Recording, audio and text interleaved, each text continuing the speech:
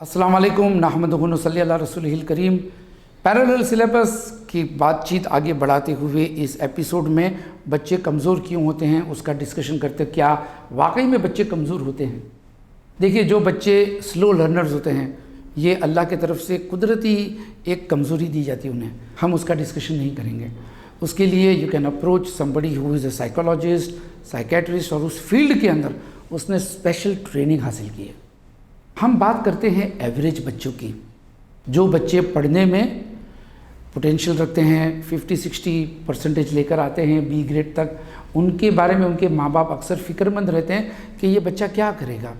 50-60% में न कोई डॉक्टर बन सकता है, न इंजीनियर बन सकता है, न कंप्यूटर एक्सपर्ट बन सकता है। उसके लिए हाई परसेंटेज की ज़रूरत है और ये सीट्स कॉलेज में आजकल ज़्यादा होती हैं। लेकिन अक्सर बच्चे एवरेज होते हैं। आप में से भी कई लोग एवरेज होंगे, लेकिन आगे चलकर कुछ रेस के घोड़े बहुत तेज़ दौड़ते हैं। इसीलिए पहली बात तो ये कि अगर आपका बच्चा एवरेज है तो आप उसको कमज़ोर मत कहिए। आप यूँ कहिए कि इसके अंदर सुधार की गुंजाइश है, there is a room for improvement. इस तरह से आपका अपना एटीट्यूड, या अगर आप स्टूडेंट हैं और आप मेरे प्रोग्राम देख रहे हैं तो don't under estimate your 50% also. अगर बी ग्रेड भी आते हैं तो आप ये कोशिश कीजिए कि थोड़ा सा और बढ़ूं। यानी ज़रूरी नहीं कि हर बच्चा A+ लेकर आवे हर सब्जेक्ट में। कुछ ही बच्चे इसमें महारत रखते हैं, लेकिन फिर उनके अंदर दूसरी कमज़ोरियाँ हो सकती है जो आपके अंदर ताकत होती है। अब बच्चे कमज़ोर जो होते हैं दो किस्म की, जो तो एक तो मैंने बता दिया नेचुरल होते हैं स्लो लर्नर्स। एक होते हैं कुछ बच्चे वक्ती तौर पे कमज़ोर हो जाते हैं पढ़ने में। This is very important and very sensitive issue.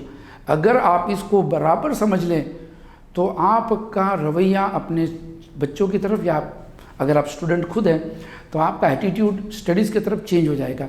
देखिए, बच्चे जो कमज़ोर होते हैं वक्ती तौर पे, मिसाल के तौर पे एक बच्चा मेरे पास लाया गया, मेरे दोस्त का बेटा था।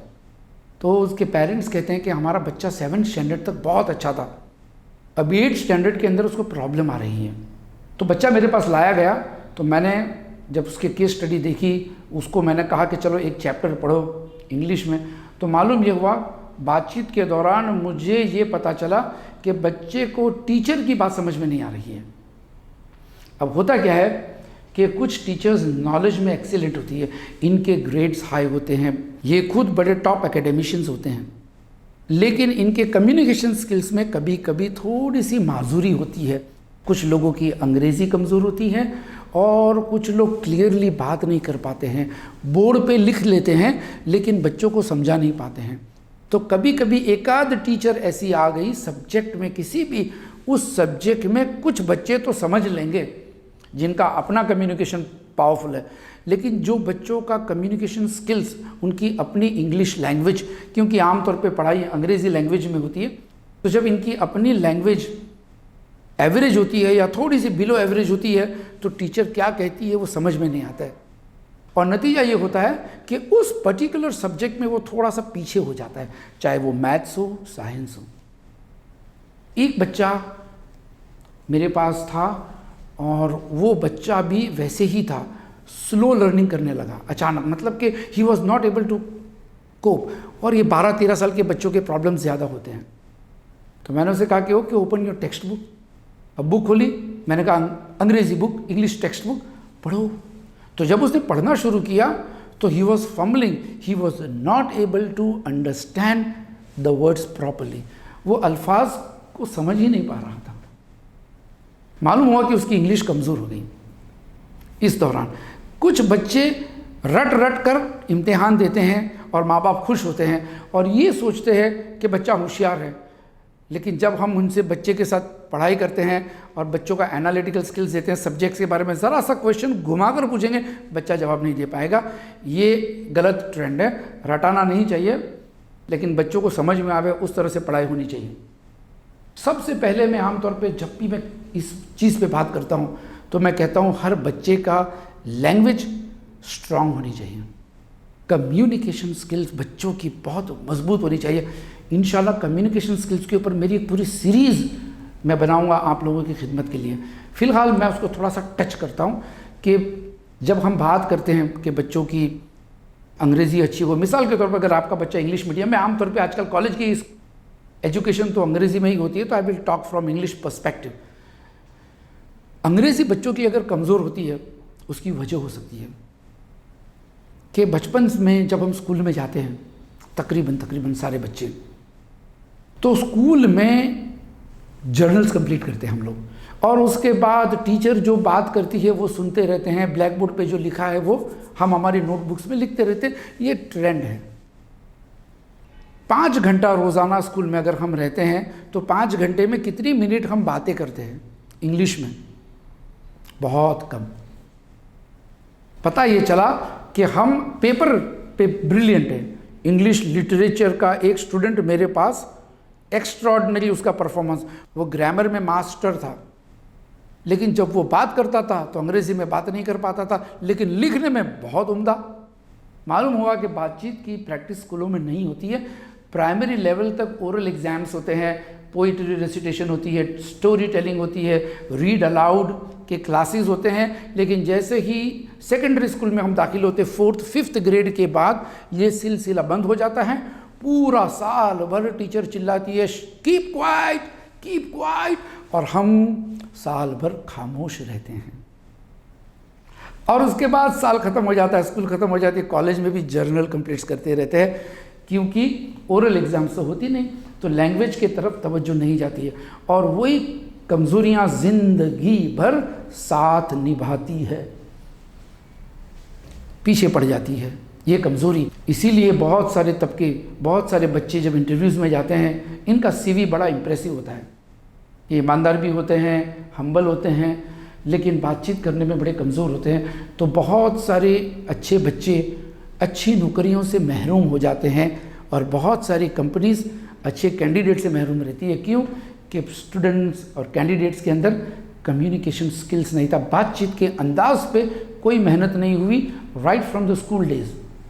अब आप सोचिए, एक बच्चा 5 घंटा स्कूल में रहता है, अगर वो बात ही नहीं करेगा अंग्रेज़ी में, आपस में भी बात नहीं करेगा, टीचर भी बात नहीं कराएगी, और रीडिंग भी नहीं होगी, तो उसकी लैंग्वेज अच्छी कैसे हो सकती है? How can he improve? तो उसके लिए क्या करना चाहिए? उसके लिए अगर स्कूल के अंदर फैसिलिटीज़ नहीं हैं, तो आपको क्या करना चाहिए? घर पे बच्चों को इंग्लिश में बात करने की प्रैक्टिस दिलाएं। लेकिन आमतौर पे ऐसा भी होता है, कुछ माँ बाप की अपनी अंग्रेज़ी कमज़ोर होती है, कुछ लोगों के एक्सेंट ख़राब होते हैं, मैं समझता हूँ। मेरे माँ बाप को अंग्रेज़ी नहीं आती थी, तो जो तजुर्बेकार लोग हैं, जो अच्छे उस्ताद हैं लैंग्वेजेस के, उनसे जब मैं राय मशवरा करता हूँ और जो इन्फॉर्मेशन उनसे हासिल करता हूँ, मैं आपको बताता हूँ। ये कहते हैं कि ऐसे लोगों को, ऐसे स्टूडेंट्स, भले कॉलेज के हो या PhD के हो, या वो बच्चा SSC में आ गया हो, यानी मैट्रिक में आ गया हो 10th ग्रेड में, तो भी उसको 1st और 2nd स्टैंडर्ड की किताबें पढ़कर मुताला करना चाहिए। मिसाल के तौर पे जो किताब 1st और 2nd स्टैंडर्ड में पढ़ी गई थी, उसको ज़ोर से पढ़ना चाहिए। कुछ लोग कहते हैं अंग्रेज़ी अगर अच्छी करनी है तो अंग्रेज़ी अखबार पढ़ो। मैं कहता हूँ उससे अंग्रेज़ी और मुश्किल होगी, क्योंकि इन खबरों के अंदर, अंग्रेज़ी अखबारों के अंदर श्रिंक करके मटेरियल पेश किया जाता है जगह की किल्लत की वजह से। सिर्फ उनकी हेडलाइंस अच्छी होती है, अंदर का मवाद जो होता है बहुत ही टेक्निकल एस्पेक्ट होता है। तो सबसे बेस्ट है कि बच्चों को अच्छी कहानियों की किताब पढ़ाई जाए इंग्लिश के अंदर। यानी जब अच्छी कहानियों से मेरा मुराद ये नहीं कि जादू टोना और जादूगरों की कहानियाँ, अफसाने, फेरी टेल्स जो बच्चों का जहन ख़राब कर देवे, ऐसी नहीं। बहुत सारी स्टोरीज़ आती है मॉरल्स, वैल्यूज़ को लेकर। बहुत सारे ऑथर्स, अमेरिकन्स के भी है, बहुत सारे ऑथर्स हैं दुनिया भर के, जिनकी किताबें अंग्रेज़ी में हैं, अंग्रेज़ी में लिखी है, ईजी इंग्लिश में है, बच्चों के लिए है। तो जब बच्चा पढ़ता है तो धीरे धीरे उसकी लैंग्वेज होती जाती है। एक और चीज़ मैं आपको बताऊं, क्यों मैं कहता हूं कि सिलेबस से बाहर पढ़ना चाहिए। इसलिए कि अगर आप एक इंग्लिश टेक्स्ट बुक देख लीजिए तो उसमें 15 चैप्टर्स होते हैं एक एक सफ़े के, यानी ज़्यादा से ज़्यादा 30 या 40 सफ़े की किताब होती है। अब 30 सफ़े की किताब साल भर में पढ़ेगा क्या बच्चा? उस लैंग्वेज से वाकिफ़ थोड़ी हो सकता है। सिर्फ थोड़े बहुत ग्रामर के रूल्स आ जाएंगे, बाकी पढ़ाई तो उसकी 30 या 40 सफ़े होती है साल भर में। तो साल भर में रोज़ाना 2-3 सफ़े भी नहीं हुए। इसलिए सिलेबस से बाहर भी किताबें पढ़नी चाहिए। तो किताबें किस तरह से पढ़नी चाहिए, इसकी बात हम अगले एपिसोड में करेंगे ताकि आपके बच्चे की अंग्रेज़ी अच्छी हो जाए और जब क्लास में टीचर पढ़ाएगी तो आपका बच्चा सुनकर अक्सर चीज़ें वैसे ही समझ जाएगा, रट्टा मारने की ज़रूरत नहीं पड़ेगी। That's all. उम्मीद है कि आपका फ़ायदा हुआ, थोड़ा बहुत भी मैं अपने आप को खुश नसीब समझूंगा। अस्सलाम वालेकुम।